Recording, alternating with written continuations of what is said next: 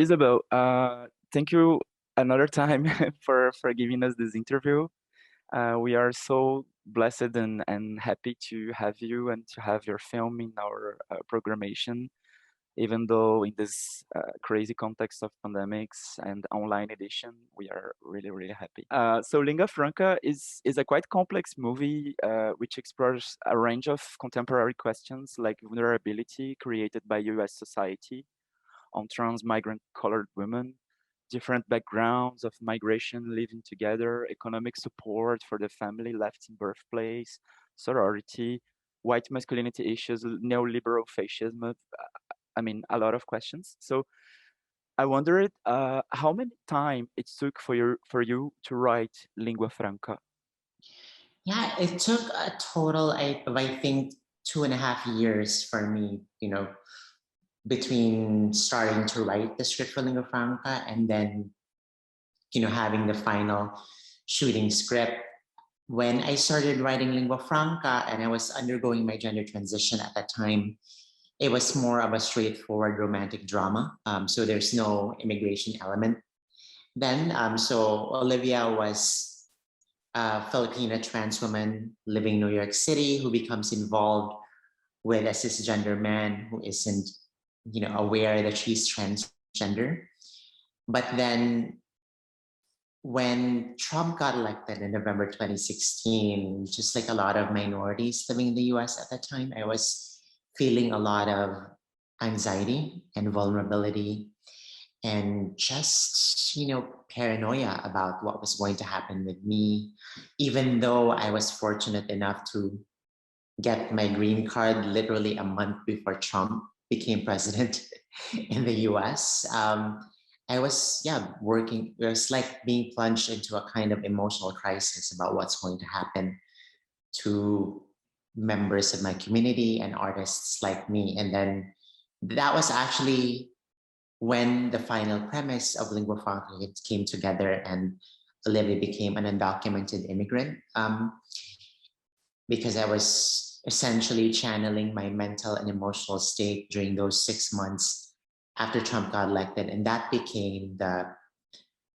predominant mood and tone of Lingua Franca. And that even though it's a romantic drama, it's a romantic drama that's tinged in unease and anxiety. Thank you so much for your answer. It's so interesting. So would you say that it was a way for you to get better? Yeah, certainly, because in my films, Lingua Franca is my third feature film, but it's my first after my gender transition. My films tend to be anchored in a specific socio-political reality. Although Lingua Franca is interesting in that it's one that's very clearly set in the current moment. My second movie, Apparition, was set in the early 70s, again during a dictatorship.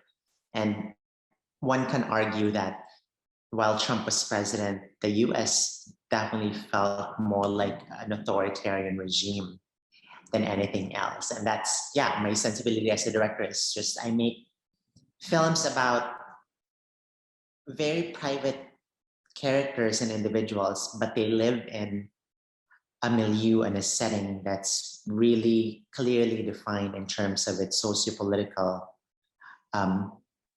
attributes.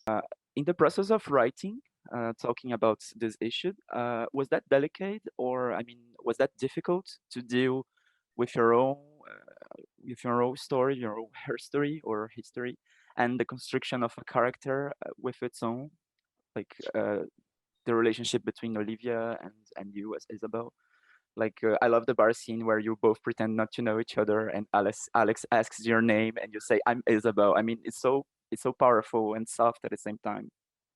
Thanks. It's interesting because I wear multiple hats in Lingua Franca. I write, direct, and I play the lead role aside from editing the film. But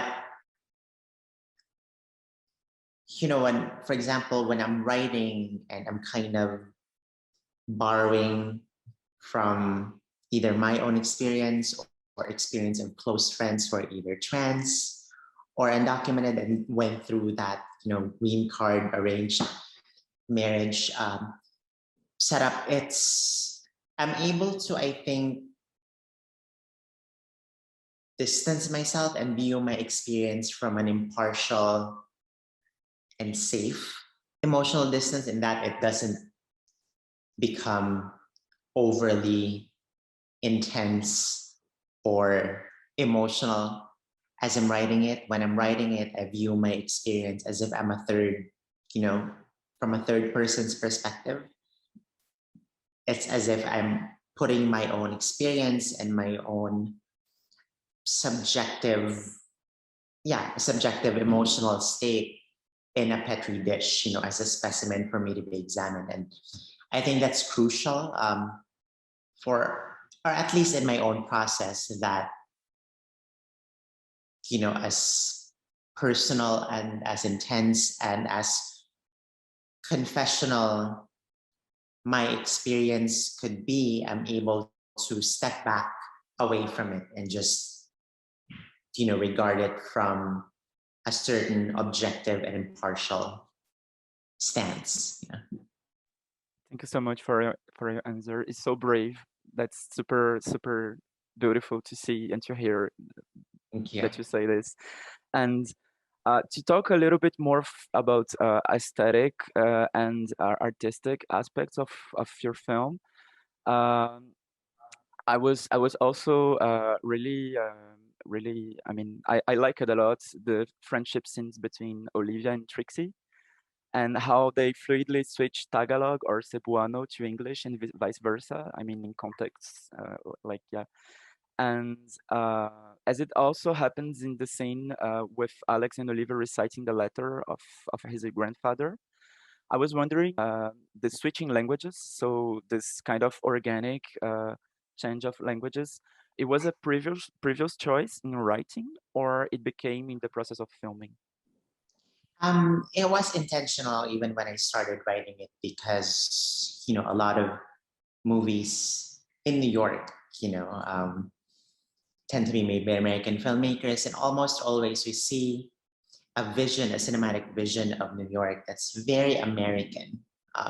But in my own experience, living in New York as an immigrant, especially when you leave Manhattan and go to the outer boroughs like Queens and Brooklyn, these are made up of very distinct and separate, ethnic communities and immigrant neighborhoods. Like even in my neighborhood in Brooklyn, I'm surrounded by Orthodox and Hasidic Jews, the West African, immigrant community, people from the Caribbean, and there's also the Italians, the African Americans, and each neighborhood has their unique, distinct characteristic and personality.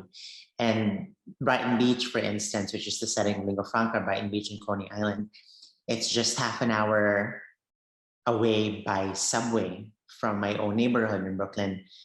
But whenever I go there, I feel like I'm being transported into a totally different country. And in the time period as well, it feels like I'm in the 1960s or the 70s, so to speak. So by setting Lingua Franca in Brighton Beach, I feel like I'm showing a kind of secret, side of New York, or a forgotten neighborhood in New York, but also feels like, a period movie in certain way. Thanks for your answer. So it's like, yeah, it's like you're showing us your secret New York. Like it's really interesting. Yeah. Yeah. Mm. And also about Olivia and Trixie, I was wondering if sorority is sorority something you wanted to show because of the lack of sorority scenes in contemporary movies, or I mean, can you tell us about a little bit about it? Yeah, I just wanted to again show another facet of what it means to be trans, and the experience of trans women, and the community that they form, because a lot of trans films that feature trans characters or tackle the trans experience almost always feature what's considered the more sensationalistic um, facets to it, such as the gender transition. But there's rarely focus on what is life for trans people after transition, and that's all in the past, and also the friendships that are formed between trans women, especially specifically trans women of color, and them, you know, bonding over, being in a church, and just the spiritual aspect of it as well. So I knew that I was doing something quite subversive and different from before. And this is also an antidote to the Filipino films that I watched growing up, while I was growing up, and that featured queer characters, which almost always portray them as caricatures, as objects of ridicule. And yeah, those are just very disparaging and one-dimensional depictions of what it's like to be queer. But here, I'm showing that these two women are, good friends. They talk about their history growing up in the Philippines and their wishes and their yearnings. And they're doing it in a church, which we understand to typically disapprove of, their gender identity.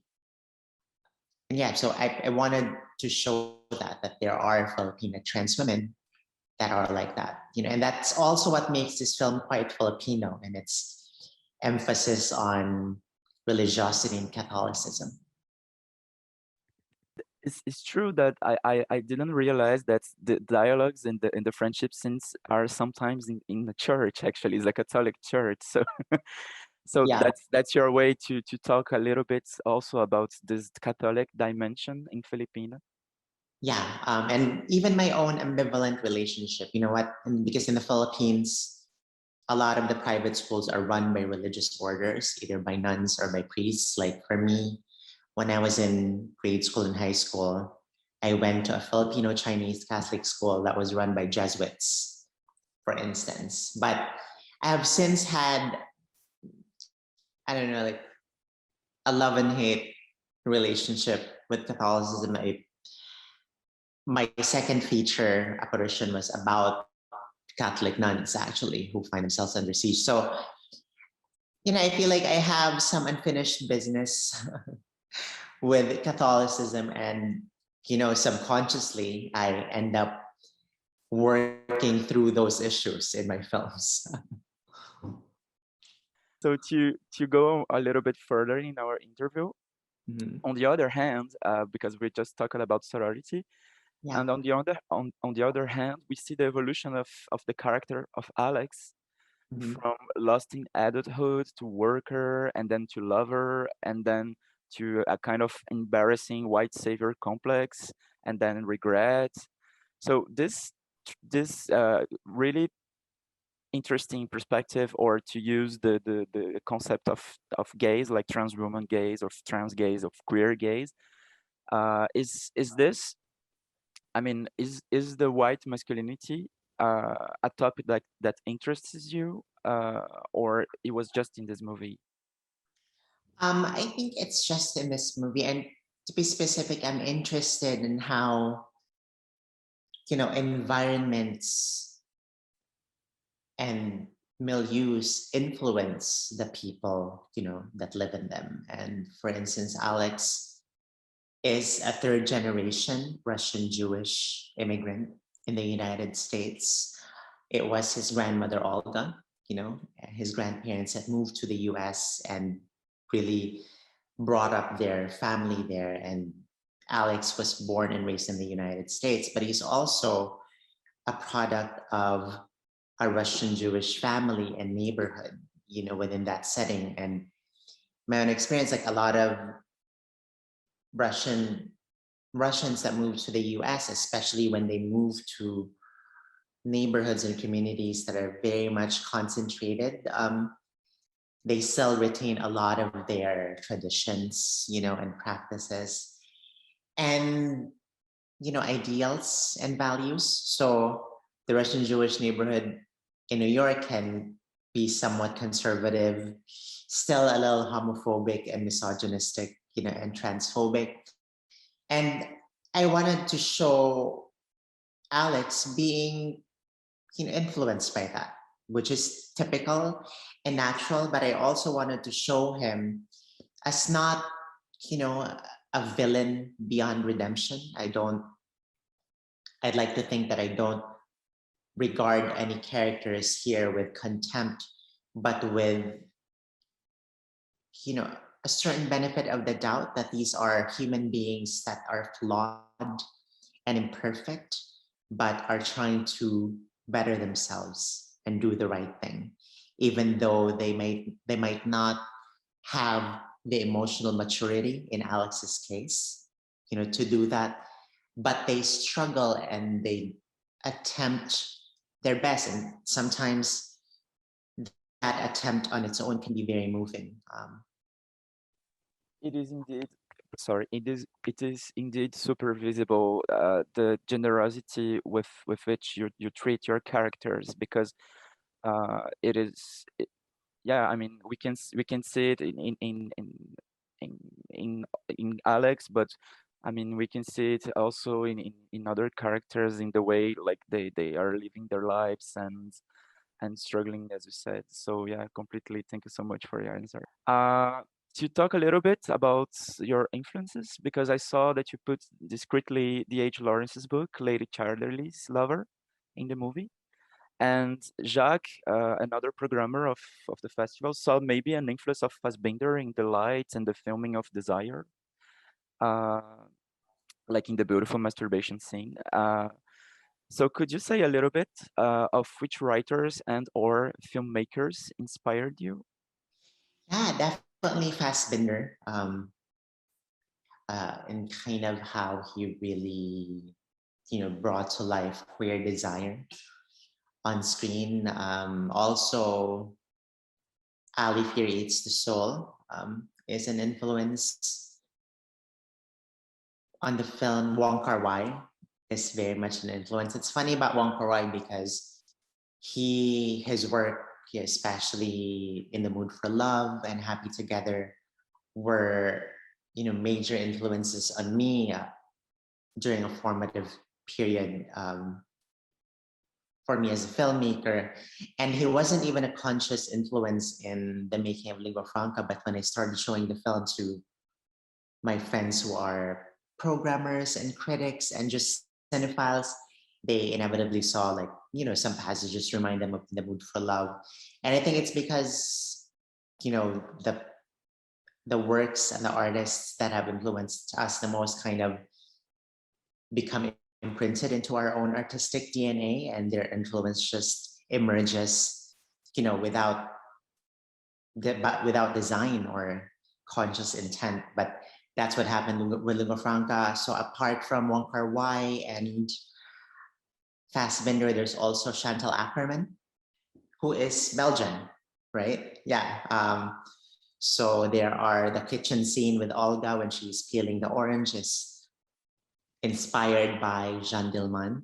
And the opening and closing passages of the film where we see, snapshots of scenes in Brighton Beach are, overlaid with my voiceover in Cebuano, are inspired by News from Home, Chantal Akerman's film, where she shows us different scenes in New York City in the 70s, I think, with a voiceover of her mom's letter.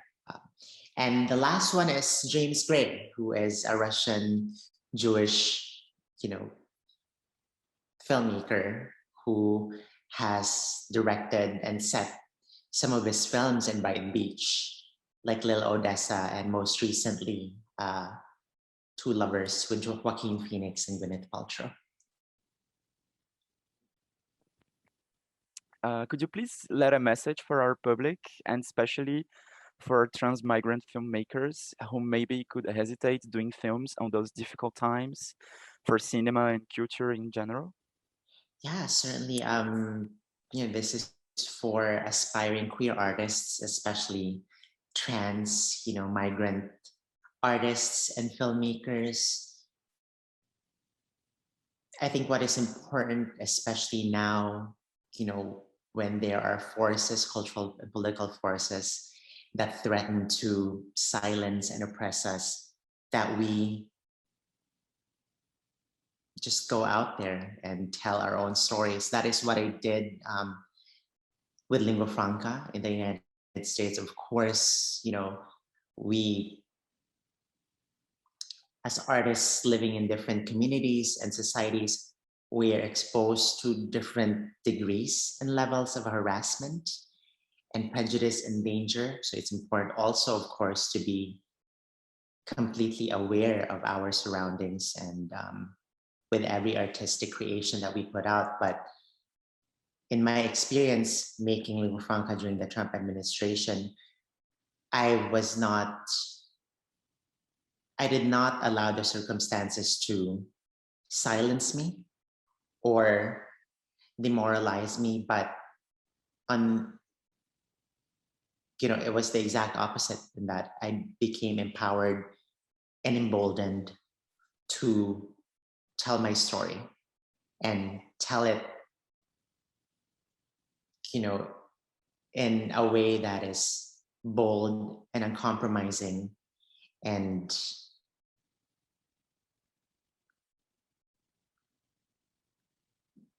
I'm just very happy that it's resonating, with the different viewers and cinephiles, not just in the US or the Philippines, but internationally. And it's that even though our specific experience as transgender migrant, persons and artists might seem very niche and very specific, our desires and our yearnings are still ultimately human and universal. And that's why, the art that we do is important to allow mainstream audience or people from communities that are not from our own communities to see how valid and how, just the dignity and the humanity of our lives and our experience. That is our responsibility to show audiences worldwide. I hope I wasn't blabbering too much. Don't worry about it. It was super beautiful, your answer. Don't worry. And I completely understand what you're saying because I mean I'm not a transgender woman. I'm migrant here in Brussels, and seeing your movie, it's it's it's such a delight. I mean, it's like uh, having the humanity that they stole us back. I mean, like seeing Olivia's story and her struggling and at the same time her dignity of saying no to Alex, for example, in the end, this is strength and dignity and humanity. Well, they're so beautiful. Thank you Thank so you. much for the interview. Thanks, John.